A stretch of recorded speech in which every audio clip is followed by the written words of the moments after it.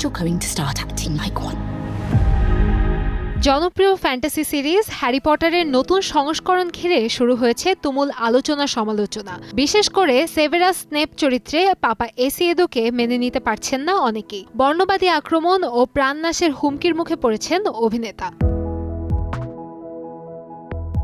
সম্প্রতি এক সাক্ষাৎকারে এসিয়েদো জানান, কাল্পনিক চরিত্রে একজন কৃষ্ণাঙ্গ অভিনেতাকে মেনে নিতে না পেরে কিছু ভক্ত তাকে সরাসরি হুমকি দিচ্ছেন। বাদ পড়েনি সামাজিক মাধ্যমও, এমনকি অভিনেতার বাসায় গিয়েও ভয়ভীতি দেখানোর অভিযোগ উঠেছে। পরিস্থিতি বেগতিক হওয়ায় প্রযোজনা সংস্থার পক্ষ থেকে সংশ্লিষ্ট শিল্পীদের নিরাপত্তায় মোতায়েন করা হয়েছে বিশেষ সিকিউরিটি দল।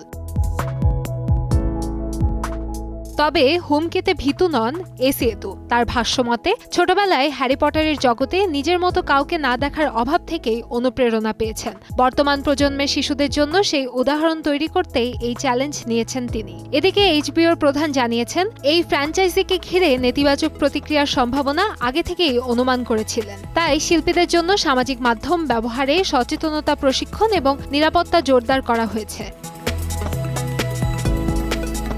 দীর্ঘ প্রতীক্ষার পর সম্প্রতি এইচবিও ম্যাক্সে প্রকাশিত হয়েছে Harry Potter and the philosopher stone সিরিজের প্রথম ট্রেইলার। গত ২৬ মার্চ মুক্তির পর মাত্র ৪৮ ঘণ্টায় ট্রেইলারটি ২৭ কোটির বেশি দেখা হয়েছে, যা এইচবিওর ইতিহাসে নতুন রেকর্ড। কান্তাময়ী স্নেহা, সময় সংবাদ, ঢাকা।